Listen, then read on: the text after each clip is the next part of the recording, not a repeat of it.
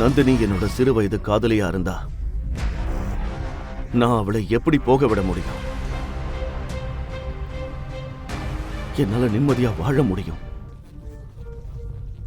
ஆனா நந்தினி இல்லாம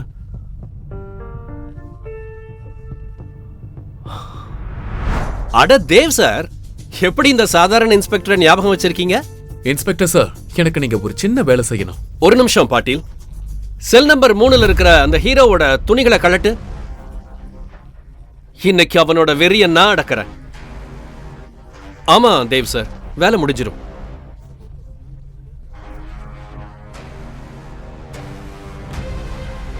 ஒரு காவலர் ஹவல்தார் சிவாயிடம் சென்றார். சிவபெருமான் ஏன் அழிக்கும் கடவுள்னு சொல்றாங்கன்னு தெரியுமா? அநீதி அதன் எல்லைகளை கடக்கும் போது அவரது சிவதாண்டவம் எல்லாவற்றையும் அழித்து பிறகு ஒரு புதிய தொடக்கத்தை கொண்டு வருகிறது.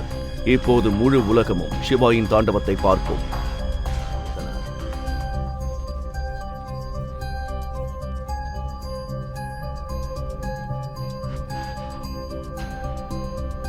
ஏய் பாட்டீல், அவனை மேல தூக்கி கட்டு.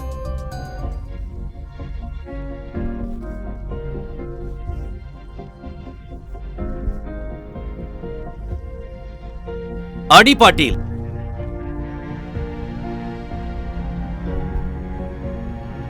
மங்கலான ஒளியில் சிவாயின் உடலிலிருந்து ரத்தம் வழிந்தது.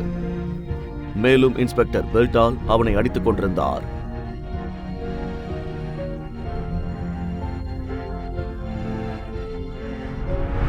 நீங்க என்ன செஞ்சிருக்கீங்க? நீங்க எல்லாரும் பைத்தியமா? அவரை வெளியில விடுங்க. என்ன புது நாடகமா? முதல்ல சொல்லுங்க, நீங்க இங்க வந்து ஷோ காட்ட விரும்புறீங்களா?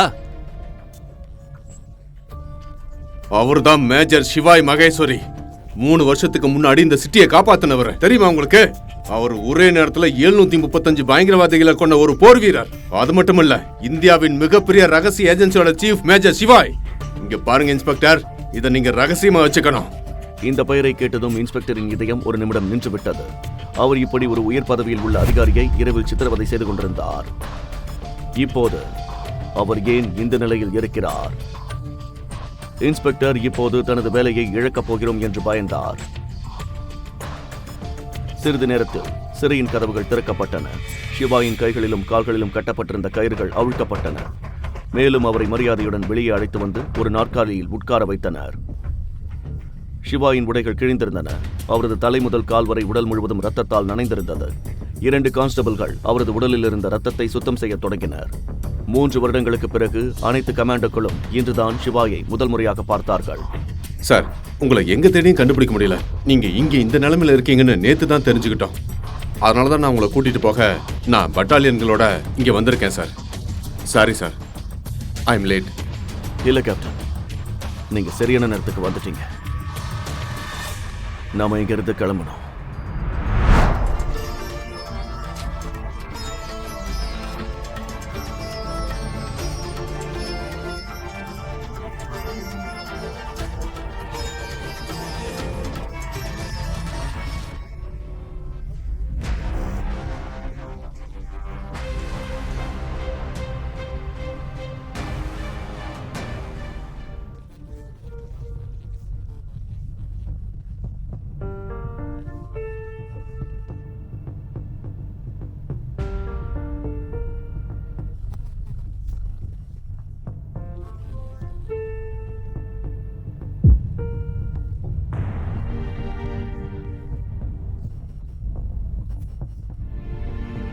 Hi Nandini. Oh, hi Riya.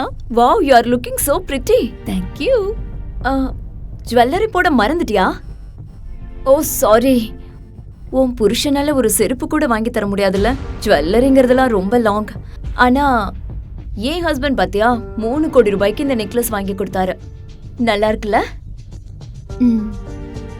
Very nice.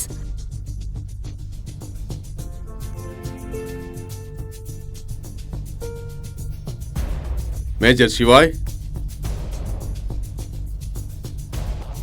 கடைசியில் உங்களை கண்டுபிடிச்சிட்டோம். 3 வருஷமா உங்களை பைத்திய மாதிரி தேடிட்டு இருந்தோம். எங்களுக்கு நீங்க வேணும். தயவு செஞ்சு திருப்பி வாங்க. இது சரியான நேரம் இல்ல. இப்போதைக்கு என் திருமணத்தை காப்பாத்துறது தான் எனக்கு முக்கியம். நீங்க போங்க.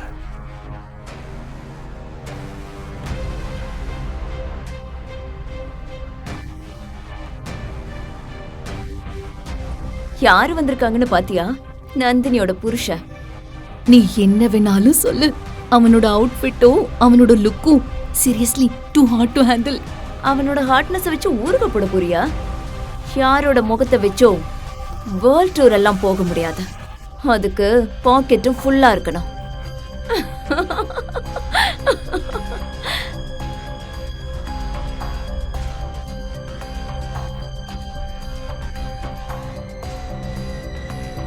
நந்தினி,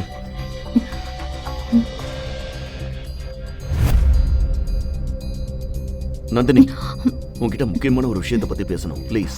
வாய மூடு. இங்க என்ன பண்ணிட்டு இருக்க? ஆ? நந்தினி, நம்ம தனியா போய் பேசலாம். என்னை பத்தி எல்லாத்தையும் உனக்கு சொல்லணும். தயவு செஞ்சு என் கூட வா. நீ என்ன சொல்ல போற?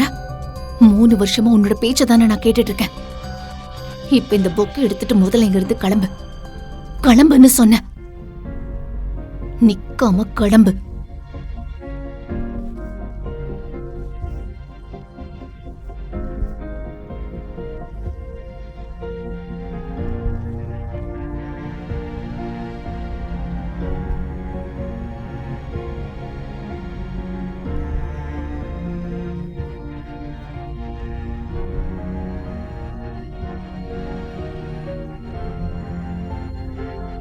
நந்தினி, நந்தினி, கடைசியா ஒரு முறை மட்டும் நான் சொல்றதை கேளு ப்ளீஸ். எல்லாத்தையும் தெளிவா சொல்லணும்னு நினைக்கிறேன். ஆமா, நான் என்ன சொல்றேன்னு புரிஞ்சுக்க முயற்சி பண்ண. ஒரு தடவை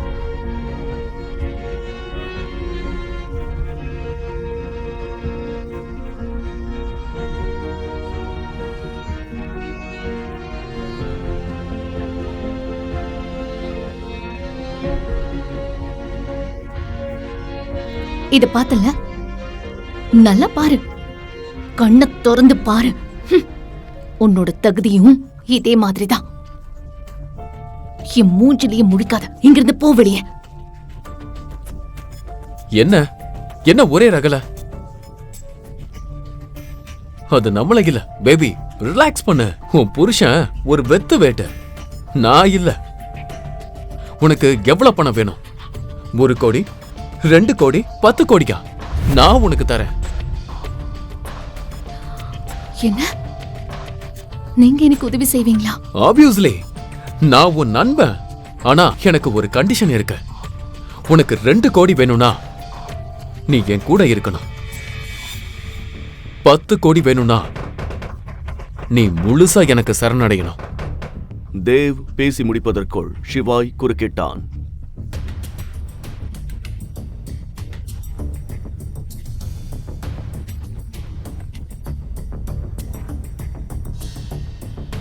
அறிவு கெட்டவனே, என்ன பண்ணி வச்சிருக்க? பாவம், அவரே எனக்கு ஹெல்ப் பண்றேன்னு சொல்லிட்டு இருக்காரு. ஆனா நீ முதல்ல அவர்கிட்ட இப்பவே மன்னிப்பு கேளு. என் செருப்பு கூட அவகிட்ட மன்னிப்பு கேட்காது. நீ ஏன் கூட வா, நாம போலாம்.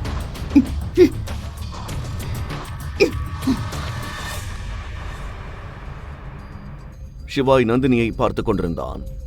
அவனால் நம்பவே முடியவில்லை. கடந்த 3 வருடங்களாக அவனுடன் வாழ்ந்த அந்த பெண் இவ்வளவு பேராசை கொண்டவளாகவும் நன்றி இல்லாதவளாகவும் இருப்பாள் என்று அவனால் நம்பவே முடியவில்லை. அவள் ஒரு அந்நியனைப் போல் மாறிவிட்டாள். இது அந்த 12 வயது நந்தினியாக இருக்க முடியாது. அப்போது இருந்த அந்த அப்பாவியும் நல்ல மனம் கொண்ட பெண் எப்படி இவ்வளவு கீழ்த்தரமாக மாறினாள்? இங்க சிவாய் மகேஸ்வரி யாரு? நான் தான் சிவாய்.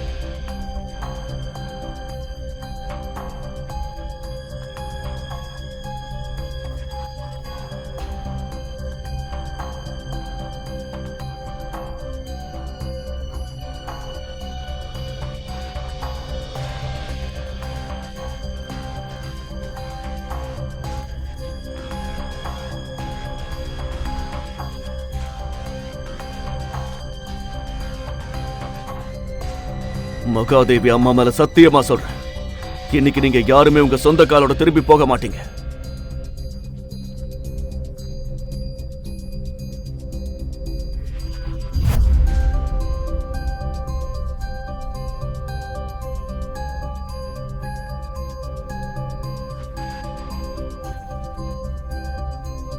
பவுன்சர்களை ஒரே நேரத்தில் அடித்து வீழ்த்துவது ஒன்றும் விளையாட்டல்ல. எல்லோரும் சிவாய் பைத்தியமாகிவிட்டதாக நினைத்தார்கள். 20 நொடிகளில் சிவாய் எல்லோரையும் அடித்து தரையில் தள்ளினான். அவனுக்கும் கொஞ்சம் காயம் ஏற்பட்டது. ஆனால் அவன் இரும்பால் செய்யப்பட்டவன் போலிருந்தான். தேவ் அழைத்ததால் போலீஸ் வந்தது. நந்தினி எதையும் சொல்வதற்கு முன் போலீஸ் சிவாயை முட்டிப்போட வைத்தது. அவனது உலகம் முழுவதும் இன்று முடங்கிவிட்டது. அவனது சிறுவயது காதல் அவனது இதயத்தையும் நம்பிக்கையையும் பெருமையையும் உடைத்து விட்டது. ஒரே ஒரு கேள்வி அவனது மனதில் எதிரொலித்தது. ஜம்முவிலிருந்து அவன் நேசித்த அதே நபர்தானா இவள்? முதல் முறையாக நந்தினி சிவாயை அவன் கண்ணிலேயே விழச் செய்தாள். இதுதான் ஒருதலை காதலின் விதியா? இப்போ சிவாய் யாரை தேர்ந்தெடுப்பான்? தன்னைத்தானா அல்லது அவனது பழைய காதலையா? இந்த சிறைக்குள் இருந்து கொண்டு அவனால் பழைய காதலை மீட்க முடியுமா? தெரிந்து கொள்ள தொடர்ந்து பாருங்கள் பாக்கெட் எஃப்எம்மில் மட்டும்.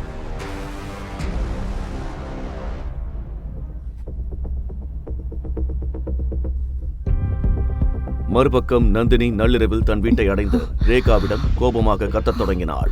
அறைக்கதவு பலமாக தட்டப்பட்டது. தயவு செஞ்சு கதவை தரங்க. நான் இங்க ஒரு பொட்டு கூட தூங்காம இருக்க, நீங்க நல்லா தூங்கிட்டு இருக்கீங்க. என்னம்மா, ஏன் இப்படி நடுராத்திரில வந்து கத்திக்கிட்டு இருக்க? நீ பார்ட்டிக்கு போனல, யாராவது உனக்கு பணம் கொடுத்து ஹெல்ப் பண்ணாங்களா இல்லையா? உதவி கிடைக்கிறது நடக்காத காரியம். அதனால நான் செம்ம டென்ஷனா இருக்கேன். என்னோட உதவாக்கார புருஷன் இருக்கானே, அவன் எல்லாரும் முன்னாடியும் பெரிய சீன் கிரியேட் பண்ணிட்டான். இப்ப யாருமே நமக்கு உதவி செய்யறதுக்கு இல்ல.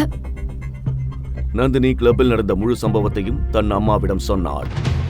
இதெல்லாம் உன் தாத்தாவாலதான் நடந்தது. அவர்தான் உனக்கு சிவாயோட வலுக்கட்டாயமா கல்யாணம் பண்ணி வச்சாரு. நான் அவரை தடுத்திருந்தா இந்த நிலைமை வந்திருக்காது. போதும்மா போதும். நான் சிவாயோட இதே இடத்துல ஏழையா வாழ விரும்பல.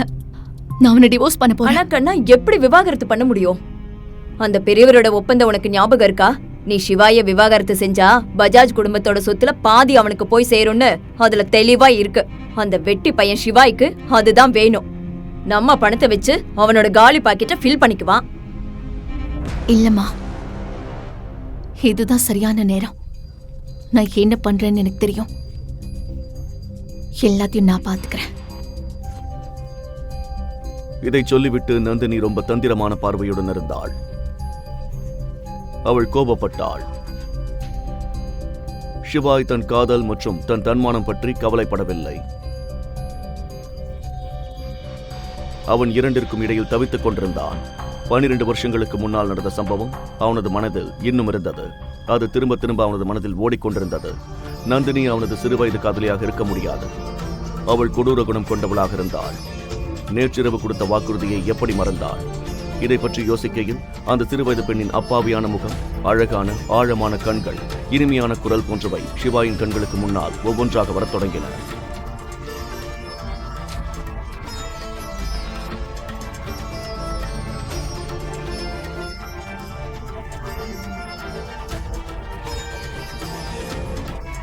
நந்தினி என்னோட சிறுவயது காதலியா இருந்தா நான் அவளை எப்படி போக விட முடியும்? என்னால நிம்மதியா வாழ முடியும். ஆனா நந்தினி இல்லாம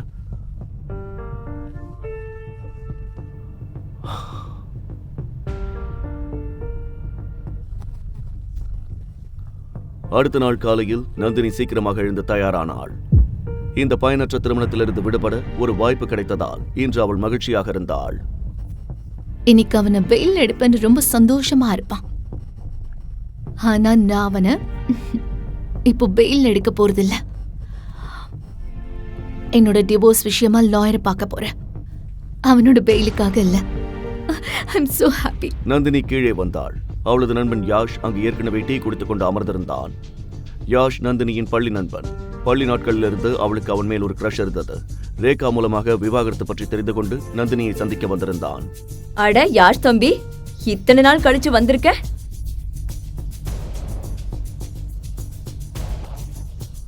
இதோ நந்தினி வந்துட்டா. ஹாய். ஹாய். இப்போ என்ன பண்ணிட்டு இருக்க?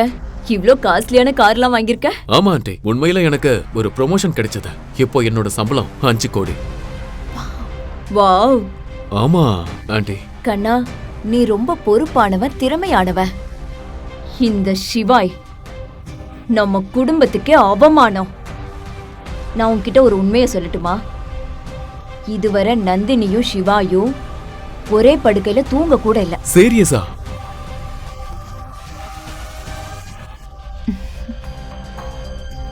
நம்ம போலாமா? ஆமா கண்டிப்பா. ஆல்ரெடி ஆமா, லேட் late ஆயிடுச்சு. ஆயிடுச்சுல.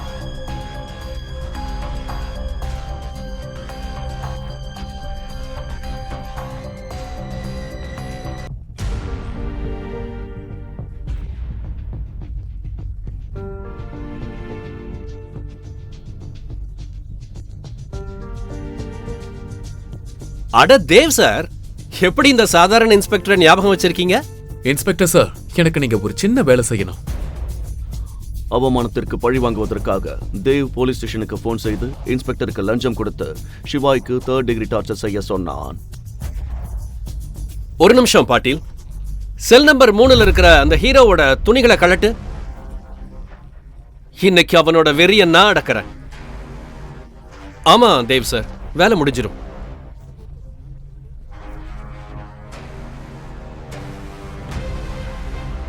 சிவாய் ஒரு சிவன் பக்தர். வாழ்க்கையில் குழப்பமான நேரங்களில் அவன் சிவபெருமானை பிரார்த்தனை செய்வான். இன்றும் அவர் கண்களை மூடி ஓம் நம சிவாய என்று ஜபித்து ஒரு மூலையில் அமர்ந்திருந்தான். ஒரு காவலர் ஹவல்தார் சிவாயிடம் சென்றார்.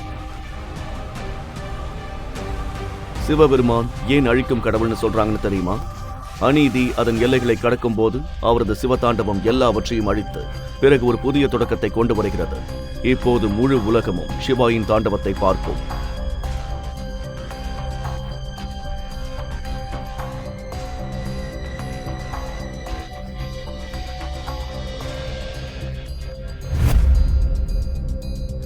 பிறகு இன்ஸ்பெக்டரும் மற்ற 2 கான்ஸ்டபிள்களும் அங்கே வந்து தடிகளால் சிவாயை அடிக்க ஆரம்பித்தனர்.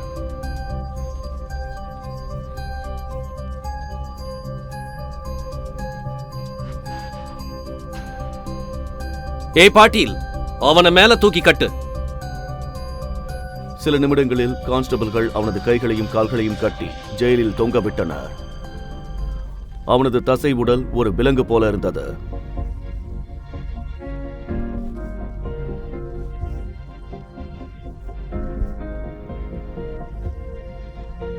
அடி பாட்டீல்.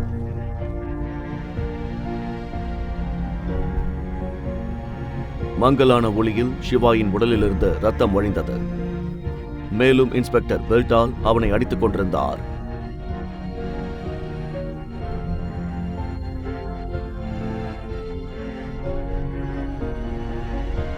கான்ஸ்டபிள்களின் செயல்கள் சிவாயை முற்றிலும் அமைதிப்படுத்தின. ஆனால் இது ஒரு பெரிய புயலுக்கு முன்னால் இருந்த அமைதி. திடீரென ஆசாத் நகர் காவல் நிலையத்தின் சூழல் மாறியது. அப்போதுதான் ஒரு கார் வந்து காவல் நிலையத்தின் முன் நின்றது.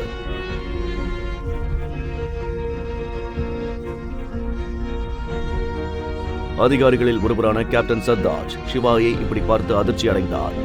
மேலும் அவர் பதற்றத்துடன் சொன்னார், நீங்க என்ன செஞ்சிருக்கீங்க? நீங்க எல்லாரும் பைத்தியமா? அவரை வெளியில விடுங்க. என்ன புது நாடகமா? முதல்ல சொல்லுங்க, நீங்க இங்க வந்து ஷோ காட்ட விரும்புறீங்களா? அவர்தான் மேஜர் சிவாய் மகேஸ்வரி. 3 வருஷத்துக்கு முன்னாடி இந்த சிட்டியை காப்பாத்தினவர் தெரியுமா உங்களுக்கு? அவர் ஒரே நேரத்துல 735 பயங்கரவாதிகளை கொண்ட ஒரு போர் வீரர். அது மட்டும் இல்ல, இந்தியாவின் மிகப்பெரிய ரகசிய ஏஜென்சியோட சீஃப் மேஜர் சிவாய். இங்க பாருங்க இன்ஸ்பெக்டர், இதை நீங்க ரகசியமா வச்சுக்கணும். இந்த பெயரை கேட்டதும் இன்ஸ்பெக்டரின் இதயம் ஒரு நிமிடம் நின்றுவிட்டது.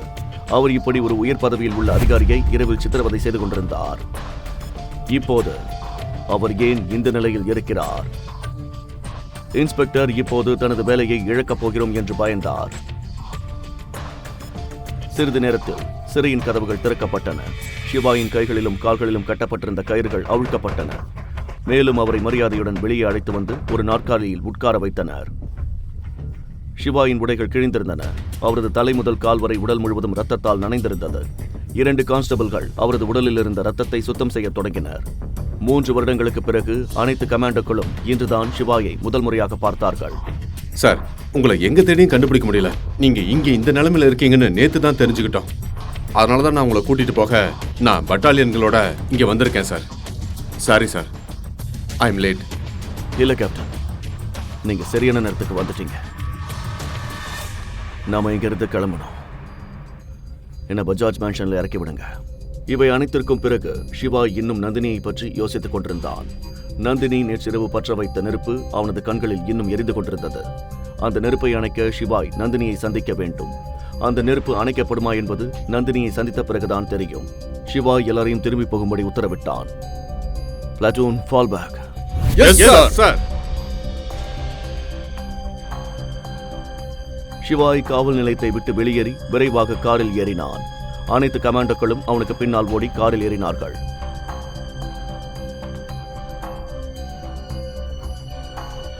சிவாயின் பக்கத்தில் அமர்ந்திருந்த கேப்டன் சர்தாஜ் கேட்டார்.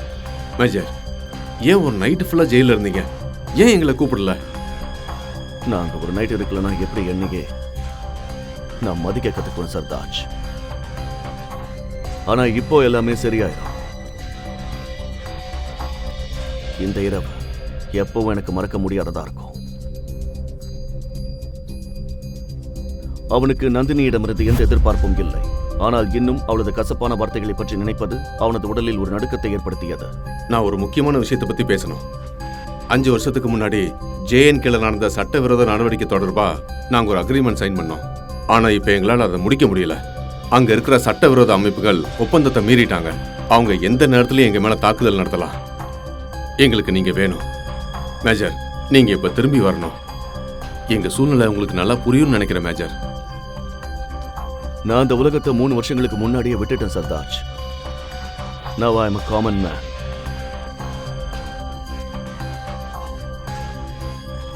மறுபுறம் நந்தினி யாஷுடன் காவல் நிலையத்திற்கு புறப்பட்ட போது ஒரு SUV கார் அவளது வீட்டின் முன் நின்றது. காரின் கதவு திறந்தது. சிவாய் காரிலிருந்து இறங்குவதை பார்த்த நந்தினியும் யாஷும் அதிர்ச்சி அடைந்தனர். அந்த நேரத்தில் சிவாயின் கண்கள் எரிந்து கொண்டிருந்தன. நீயா? நந்தினி, 12 வருஷத்துக்கு முன்னாடி சென்ட்ரல் ஸ்ட்ரீட்ல நடந்த சம்பவம் உனக்கு ஞாபகம் இல்லையா? அந்த கிட்னாப், அந்த பர்த்டே, ஏதாவது ஞாபகம் இருக்கா? உனக்கு பைத்தியம் பிடிச்சிருக்கா? இல்ல நேத்து வாங்கின அடியில மூளை குழம்பிருச்சா? நீ நீ எப்படி வெளியே வந்த? உன்னை யாரு பெயில எடுத்தாங்க? ஏன், என்ன, எப்படி? நான் இத பத்தி உன்கிட்ட பேச விரும்பல. வாழ்க்கை எனக்கு ஒரு பெரிய பாடத்தை கத்துக் கொடுத்திருக்க நந்தினி. நீ நேத்து என்ன அப்படி அவமானப்படுத்திருக்கலனா, நீ மிஸ்பிஹேவ் பண்ணாம இருந்தா ஒருவேளை நான் என்னையே மதிக்க கத்துக்கிட்டு இருக்க மாட்டேன். இல்ல உனக்கு மூளை ஏதாவது குழம்பிடுச்சா? இன்னைக்கு நீ இப்படி இருக்கிறதுக்கு காரணம் நீதான். உன்னாலதான் எல்லாமே நடந்தது, நான் கிடையாது. உன்னை ஜெயில இருந்து வெளியே கொண்டு வந்து உனக்கு ஹெல்ப் பண்ணலான்னு நினைச்சேன் பாரு. Stupid.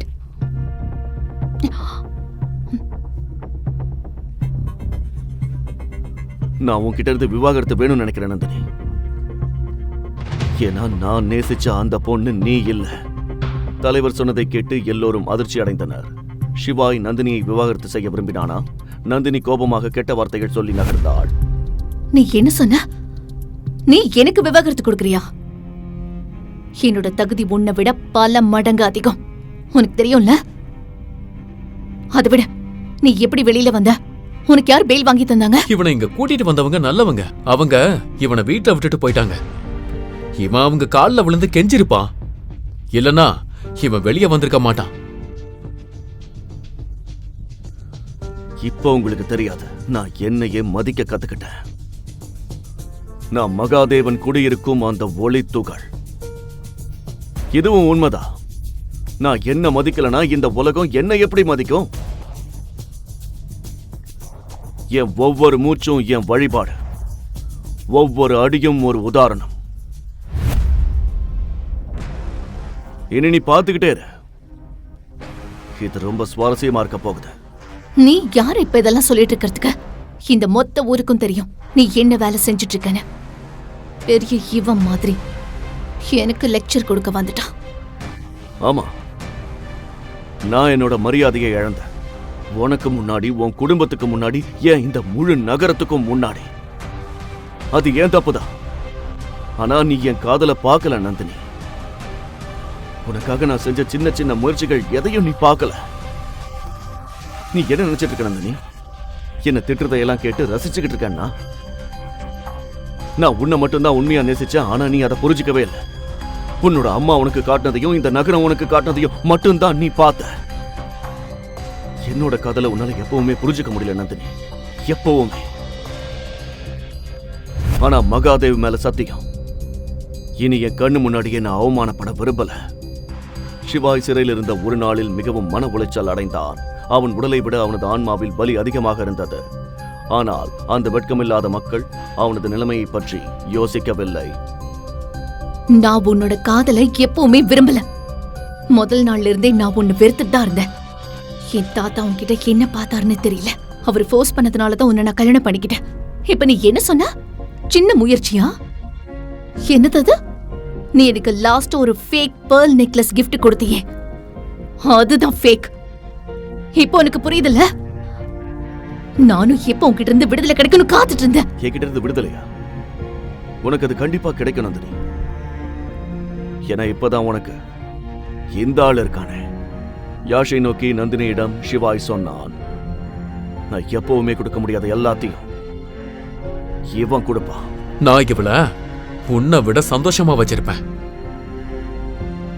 And you know what, என்னோடது ரொம்ப ஹை ஸ்டாண்டர்ட். உன்ன மாதிரி ஒரு சீப்பான ஆள் கூட ரிலேஷன் வச்சுக்க நான் விரும்பல. நாளைக்கு நந்தினியோட பர்த்டே பார்த்துட்டே இரு. நான் நந்தினிக்கு ஒரு பெரிய சர்ப்ரைஸ் பார்ட்டி அரேஞ்ச் பண்ண போறேன். பின்னர் ஒரு சூடான வாக்குவாதத்தின் நடுவில் ரேகாவும் அங்கு வந்து நந்தினியின் கையை பிடித்து அவளை உள்ளே அழைத்துச் சென்றாள். இந்த பிச்சைக்காரங்க எல்லாம் நமக்கு என்ன பேச்சு? வா போலாம்.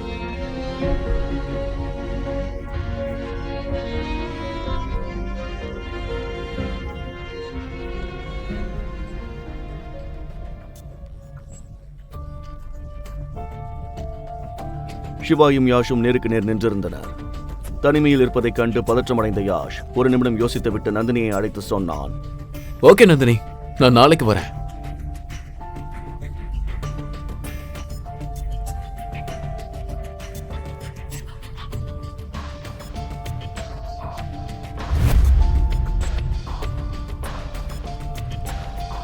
அவன் அங்கு நின்று யோசித்தான். பணத்துக்கு இவ்வளவு சக்தி இருக்கிறதா? அது எந்த ஒரு மனிதரையும் மாற்ற முடியுமா? இன்றைய காலத்தில் யாரும் காதலை பற்றி கவலைப்படுவதில்லையா? ஆனால் சிவாய் விட்டுக் கொடுப்பவன் இல்லை. இந்த கேள்விகளுக்கு அவன் விடையை கண்டறிவான். எல்லாவற்றிற்கும் மேலாக சிவாய் ஒரு வீரன், ஒரு தைரியமான வீரன். அவன் தோற்க மாட்டான்.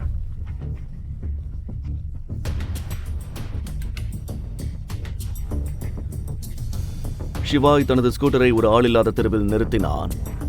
அவன் தனது ஸ்கூட்டரின் டிக்கியிலிருந்து ஒரு ரூபிக்ஸ் கியூபை எடுத்து குளிர்ச்சியான காற்றை ரசித்துக் கொண்டே அதை சால்வ் செய்ய ஆரம்பித்தான்.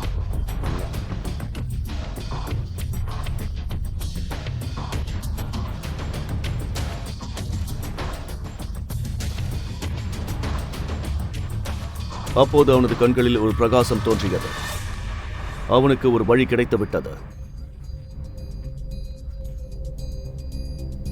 தனது பாக்கெட்டிலிருந்து போனை எடுத்து யாருக்கோ கால் செய்ய தொடங்கினான். அவன் இந்தூரில் உள்ள சியாகஞ்சில் உள்ள 52 மாடி கட்டிடத்தில் இருந்தவருக்கு அழைத்தார். அது உலகின் மிகப்பெரிய நிறுவனங்களில் ஒன்று. அதன் பெயர் இன்டர்ஸ் குரூப். ஹலோ, மிஸ்டர் தினேஷ் கிட்ட பேச முடியுமா? ஆமா, நான் தான். சொல்லுங்க. சிவாய் மகேஸ்வரி. ஒரு 50 வயது நபரிடம் இதை சிரித்துக் கொண்டே சொன்னார். சிவாயின் பெயரை கேட்டதும் அவரது கால் கீழே சரிந்தது. அவரது நெற்றியில் வேர்வை வழிந்தது. மிஸ்டர் தினேஷ், உங்ககிட்ட இருந்து எனக்கு ஒரு உதவி வேணும். நிச்சயமா சார். ஆனா சார், இத்தனை வருஷமா நீங்க எங்க இருந்தீங்க? சிவாயின் குரல் மாறி இருந்தது. அவன் ஒரு சத்தமான குரலில் சொன்னான், மிஸ்டர் தினேஷ், எனக்கு உங்களோட உதவி வேணும். 12 வருஷங்களுக்கு முன்னாடி என்ன நடந்ததுன்னு நீங்க சொல்ல முடியுமா? இந்தூர்ல இருக்கிற சென்ட்ரல் ஸ்ட்ரீட்ல நடந்த கடத்தல் சம்பவம். யார் அதுல சம்மந்தப்பட்டிருந்தாங்க? அந்த பொண்ணு பஜாஜ் குடும்பத்தை சேர்ந்த நந்தினி பஜாஜா, இல்ல வேற யாராவது பொண்ணா? சார், 12 வருஷத்துக்கு முன்னாடி நடந்த இன்சிடென்ட் பத்தி கண்டுபிடிக்கிறது கொஞ்சம் கஷ்டம்தான். ஆனா நந்தினி பஜாஜ் பத்தி உங்களுக்கு எப்படி தெரியும்னு நான் தெரிஞ்சுக்கலாமா சார்? நான் நாளைக்கு நந்தினி பஜாஜை விவாகரத்து பண்ண போறேன். அப்புறம் நான் திரும்பி வந்துட்டேன்னு எல்லார்கிட்டையும் சொல்லிடுங்க.